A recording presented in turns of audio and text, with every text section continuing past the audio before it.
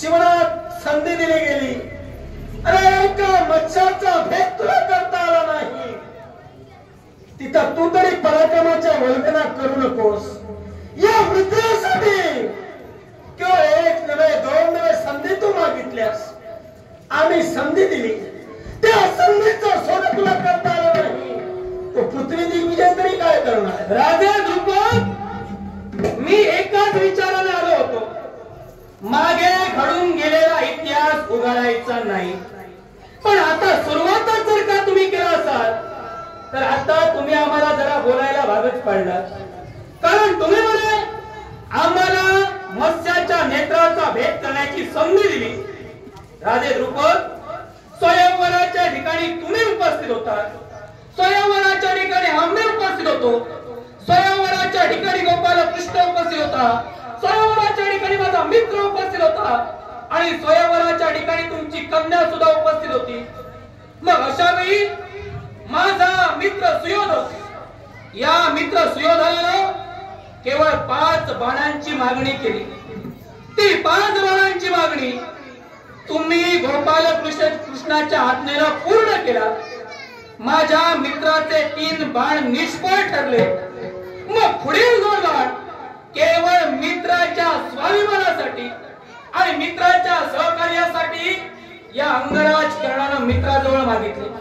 मत्स्याच्या नेत्राचा भेद मी करणारच, तोच तुमच्या कन्येनं आम्हाला अडविलं. मग मला सांगा, सहज बोलून गेला, आम्ही तुला संधी दिली, संधी जर का दिली असती संधीचं सोनं केलं असतं, दिली नाही म्हणून हा प्रकार घडला. बाजू मारण्याचा प्रयत्न जीवनात करू नको. बाजू मारत म्हणतोय. मला सांगा, पहिली गोष्ट स्वयंवर पांचालीचं होतं, ते स्वयंवर चालू असताना तू आलास. ज्याला निमंत्रण नाही त्याला जाण्याचा अधिकार नाही. तुला निमंत्रण कोणी दिलं होतं? मग हे पहिल्यांदा जेव्हा बोललात तेव्हा आठवत नव्हतं की काय? तुम्ही म्हणालात, ऐका, तुम्ही काय म्हणालात, तुला अंगराज करणं संधी दिली, पण ज्या वीराला संधीचं सोनं करता येत नाही, ज्याला मत्स्याच्या नेत्राचा भेद करता येत नाही, त्यानं पृथ्वी दिग्विजयाचा विचार करूच नाही. अहो, तुम्ही संधी दिलीच नाही तर मी मत्स्याच्या नेत्राचा भेद जिथं ज्याला निमंत्रण नाही त्याला जाण्याचा अधिकार नाही. तू कोण अधिकारानं त्या स्वयंवरात आलास? मग मला जर का निमंत्रण नाही आणि असं असताना अनिमंत्रित करा, तिथं जाण्याचा अधिकार तुम्ही नाही म्हणता, मग ज्या तुमच्या कन्येचा विवाह तो स्वयंवर पाहण्यासाठी आलेल्या एका प्रेक्षकातील एका इसमाला उठून तुम्ही केला. तो इसम कोण, तो व्यक्ती कोण, हा नंतर तुम्हाला कळला. पण मला सांगा, राजेश्वर सिंहासनावर उपस्थित होते, जे निमंत्रित होते, मग मी निमंत्रित नव्हतो म्हणून माझ्यावर बोट ठेवता. मग प्रेक्षकात बसलेल्या एका इसमाला तुम्ही उठून मत्स्याच्या नेत्राचा भेद करावा सांगितला, तो तरी निमंत्रित होता का? तो जातिवंत वीर होता. तू आला होतास तो सहकार्यासाठी आणि ते आले होते ते केवळ प्रेक्षक म्हणून तू म्हणतोयस. मग अरे विश्वासवंताच्या ठाई जय पांचालीच्या मुखात निघणारे शब्द की विश्वाच्या पटावर एकही वीर नाही, त्याने तो जातिवंत वीर होता म्हणून तो केवळ खंबीर उभा राहून म्हणाला, मी मत्स्यवध करेन. मग तुझ्यासारखा मित्राला सहकार्य करायला किंवा राजा द्रुपद याला सहकार्य करायला पार्थाला नव्हता. मग मला सांगा, तुम्ही म्हणता की या विश्वाच्या ठिकाणी स्वयंवर मंडपात उभी राहून तुमच्या कन्येनं वीर जातीला म्हणे दुसऱ्या दिली. ओ, वीर जातीला दुसरं देणं लायकच आहे, कारण जे खरे वीर होते ते आमच्या सारख्याला तुम्ही स्वयंवर मंडपातून घालविला आणि त्यानंतर वीर शोधतात. अहो, सारेजण मेल्यानंतर जिवंत कोण आहे शोधणार तर कसं सापडणार? मला एक सांग, किंवा या पृथ्वीचा दिग्विजय करण्यासाठी तू तत्पर ठरतोय. मग ज्याला स्त्रीचा आदर नाही, देवी पांचालीचा किंवा वस्त्र करण्याचा प्रयत्न यानं ज्यावेळी केला त्यावेळी खक्कदा हसण्याचं कार्य तू केलंस. तुला जर का मित्राचं भलं होतं मित्रासाठी जर का तू काही करत होतास मग त्यावेळी का त्याला सांगितलं नाहीस जीवनात तू जे पाऊल टाकतोस ते चुकीचं आहे हे तू का बोलला नाहीस? कारण आहे त्याला आमचा झालेला अपमान आणि तो सुद्धा केलेला तुमच्या कमनेनं. त्या स्वयंवर मंडपात वरिष्ठ मंडळी उपस्थित होती, तुम्ही सुद्धा उपस्थित होता. पितृदेवता या नात्यानं पांचालीचा स्वयंवर तुम्ही योजिला होता. सत्य आहे ना? मला सांग. सत्य आहे ना? मग जर का पांचालीचा स्वयंवर तुम्ही रचला होता, वरिष्ठ तुम्ही होता, प्रत्येक निर्णय घेण्याचा अधिकार तुम्हाला होता, मग तुमचं अष्ट मंत्रिमंडळ तिथं उपस्थित असताना, तुम्ही उपस्थित असताना, गोपालकृष्ण उपस्थित असताना तुमच्या कन्येनं स्वतः भर दरबारात उभं राहून आम्हाला रोखण्याचा तिला काय अधिकार होता? कारण तू एक बनावट राजकर्ता बनलास, कारण ज्याचं अस्तित्व नव्हतं, शून्य होतं. मला सांग, तिने अपमान तुझा केला म्हणून तू हे सारं केलं हसलास. स्त्रीचा आदर तू केला नाहीस. म्हणजे दुसऱ्याने जर गाय मारली तर आपण वासू मारावं या नीतीचा तू आहेस का? मोठ्या विचारांची आराधना तुम्ही माझ्यासमोर करू तिने अपमान केला म्हणून तू अपमान करणार आहेस का? मला सांगा, तत्वानिशी करणं जर का वागत असेल तर तुला काय राजकारणावर साधण्याचा अधिकार तुला तरी नाही. मी मानवपणाच्या पलीकडे राजकर्त्याचं स्थान आहे. मग हे तू का विसरलास? मग मानवपणा पलीकडे जर का राजकर्त्याचं स्थान आहे, मग ज्यावेळी स्वयंवर मंडपात मी आलो, मी अनिमंत्रित होतो, म्हणजे हा तुमचा अपमान होता. मग जर का राजकर्त्याचं स्थान आहे मानवपणा पलीकडे, तुम्ही सुद्धा आम्ही तुमच्या अपमानित झालोच नाही. मग मला स्वयंवर मंडपाचा त्याग करावयास का सांगितलं? एकाच गोष्टीसाठी, कारण जो योद्धा म्हणून ज्यानं केवळ आपल्या राज्याची धुरा सांभाळली, प्रत्येक राज्यातून एक तयार होता. मग तुमच्या हस्तिनापुरातून तू येण्याचं कार्य शिवधनानं केलं, हे सत्य आहे का? सत्य. मग तू कोण अधिकाराला त्या ठिकाणी कोणत्या राज्याचा युवराज म्हणून? एकच अंगराज कर्ण म्हणून स्वयंवरात मी आलोच नव्हतो. मी आलो होतो तो केवळ मित्र दुर्योधनासाठी.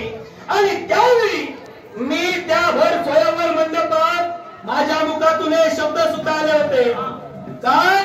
मी जो वर्षाच्या नेत्राचा भेद करेन आणि जर का पांचालीला विजयी करेन, तो माझ्यासाठी नव्हे तर केवळ मित्र दुर्योधनासाठी. मी तुला दोष देत नाहीये. तू म्हणतोस मी माझ्या मित्रासाठी हे केलं.